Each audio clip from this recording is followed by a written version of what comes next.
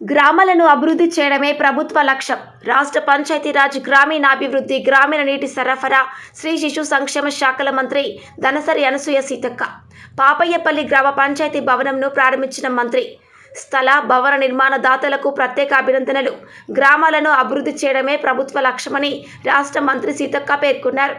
ఆదివారం వెంకటాపూర్ మండలం పాపయ్యపల్లి గ్రామంలో 20 లక్షల నిధులతో నిర్మించిన గ్రామ పంచాయతీ భవనంను రాష్ట్ర పంచాయతీరాజ్ మంత్రి సీతక్క, జిల్లా కలెక్టర్ దివాకర్ టీఎస్తో కలిసి గ్రంథాలయంను మంత్రి ప్రారంభించారు.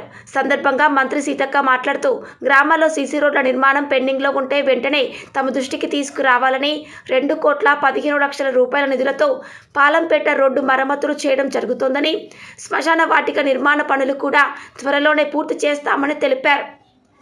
ప్రజల సమస్యలు దృష్టిలో ఉంచుకొని వాటిని పరిష్కరించుటకు కృషి చేస్తానని మంత్రి అన్నారు. కార్యక్రమానికి వచ్చిన స్థానిక మహిళలకు మంత్రి సీతక్క రాఖీ పండుగ శుభాకాంక్షలు తెలియజేశారు. అదేవిధంగా అందరూ ఆడబిడ్డల్ని గౌరవిస్తూ, రక్షిస్తూ, వారికి అండగా నిలుస్తూ, అన్ని రంగాల్లో వారికి ప్రోత్సాహం కల్పిస్తూ ఎదగనివ్వాలని మంత్రి తెలియజేశారు.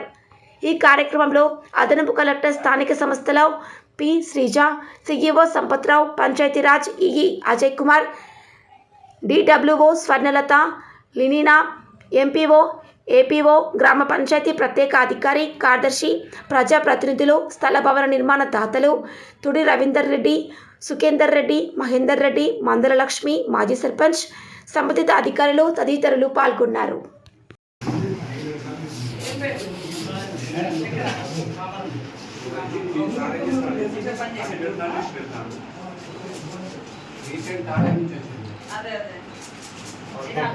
కుటుంబ సభ్యులు, సర్పంచ్ గారు, వారి కుమారులు, వారి మన్మలు, అదేవిధంగా లైబ్రరీ. గ్రామంలో ఫస్ట్ ఏమున్నా లేకున్నా, గుడి ఉన్నా లేకున్నా బడి ఉండాలంటారు. కాబట్టి బడితో పాటు మరి నాలెడ్జ్ ఉండాలంటే పిల్లలు చదువుకోవడానికి అక్కడ కొన్ని పుస్తకాలు కూడా ఏర్పరచుకోవాలి. దానికి ఒక మరి లైబ్రరీని కూడా స్థలాన్ని ఇచ్చి లైబ్రరీని ఏర్పాటు చేసిన మరి తోడి కుటుంబ సభ్యులందరికీ హృదయపూర్వక శుభాకాంక్షలు, ధన్యవాదాలు. మరి వారందరూ కూడా సుఖ సంతోషాలతో ఉంటూ మన గ్రామానికి సేవ చేయాలని మనస్ఫూర్తిగా కోరుకుంటా ఉన్నాం. సింగిల్ విండో చైర్మన్ రమేష్ గారు, డైరెక్టర్లు, మాజీ సర్పంచ్, ఉప సర్పంచ్లు, వార్డు మెంబర్లు, ఎంపీటీసీ గారు, మరి రాజకీయ నాయకులు, మహిళా సోదరిమణులు, పత్రికా మీడియా సోదరులు, పోలీస్ అధికారులు, ఇతర పిఆర్ పంచాయతీరాజ్ డిపార్ట్మెంట్ అధికారులు, యువకులు అందరికీ కూడా హృదయపూర్వక శుభాకాంక్షలు. గ్రామంలో ఎప్పుడు కూడా మరి మనకు తెలుసు ఐక్యత అనేది చాలా అవసరం. గ్రామ అభివృద్ధి కోసం ఐక్యత. సరే, ఎలక్షన్లప్పుడు రాజకీయాలు ఎవరి వాళ్ళు ఉన్నా కూడా గ్రామాన్ని బాగు చేసుకోవాలంటే అందరూ ఒక తాటి మీదకి వస్తేనే ఊరు బాగుపడుతుంది. కాబట్టి ఇలాంటి కార్యక్రమాలకు గత కొంతకాలంగా కూడా మన గ్రామంలో అలాంటి కార్యక్రమాలు చేస్తూ ముందుకు వస్తూ ఉన్నారు. మీ అందరికీ కూడా మరొకసారి అభినందనలు తెలియజేస్తూ, మన ఊరు మరి వర్షాలు వస్తే మునుగుతాయి. అదేవిధంగా ఇల్లు లేనటువంటి పేదోళ్ళు ఎంతోమంది ఉన్నారు. మరి కూలికి పోతేనే కుండ కాలుతుంది, లేకుంటే మరి కడుపు మాడుతుంది అనే పరిస్థితి ఉన్నటువంటి పేదోళ్ళు కూడా ఉన్నారు.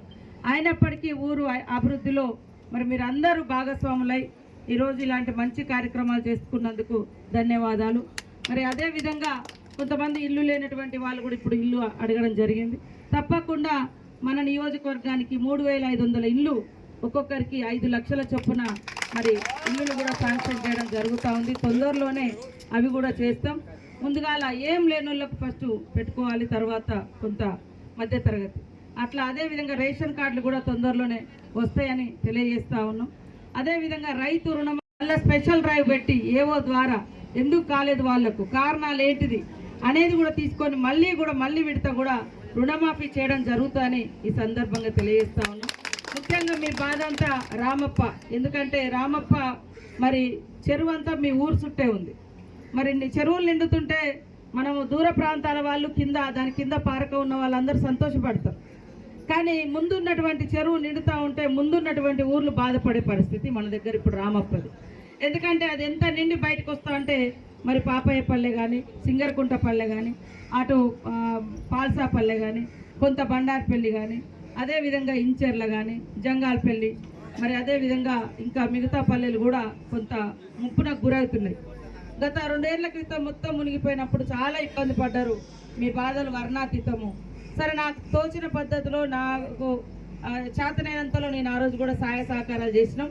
ఎప్పుడు కూడా పేదలకు సహాయం చేయాలన్నటువంటి లక్ష్యంతో పనిచేస్తూ ఉన్నాం.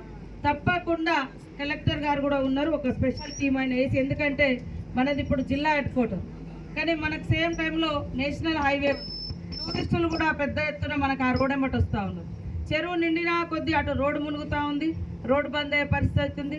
అదేవిధంగా రామప్ప నిండినా కొద్దీ ఇటు ఊర్లలో కూడా మరి భూములన్నీ కోల్పోయే పరిస్థితి వస్తూ ఉంది. కాబట్టి దాన్ని ఏ రకంగా మనము సాల్వ్ చేయగలుగుతాం? వాళ్ళ దగ్గర నుంచి ల్యాండ్ కొనడమా, లేకుంటే ఏమైనా ఇంకా కొత్త టెక్నాలజీ తోటి చెరువు మరి ఎక్స్టెండ్ కాకుండా ఏమైనా చుట్టూ నిర్మాణం జరుగుతుందా, ఎట్లా అనేది కూడా ఒకసారి మీరు ఆలోచించి ఎక్స్పర్ట్స్ తోటి ఒక టీం వేయాల్సిందిగా కోరుతా ఉన్నాను. అదేవిధంగా మరి రోడ్స్ కూడా అడిగి ఆల్రెడీ మేము మన డిపార్ట్మెంట్, నేనే శాఖ మంత్రిని కాబట్టి రోడ్లకు సంబంధించి సిసి రోడ్లు కూడా ఇంకేమన్నా పెండింగ్ ఉంటే పెట్టండి, తప్పకుండా ఇస్తాం. దీనికి కూడా 1,20,00,000తోటి ఆల్రెడీ శాంక్షన్లో పెట్టినాము. మీ బ్రిడ్జి కూడా శాంక్షన్ అయింది. తొందరలోనే టెండర్లు వేసుకొని మరి నెక్స్ట్ వర్షాకాలం మీరు ఇబ్బంది పడకుండా బ్రిడ్జి కూడా కంప్లీట్ అవుతుందని తెలియజేస్తాం.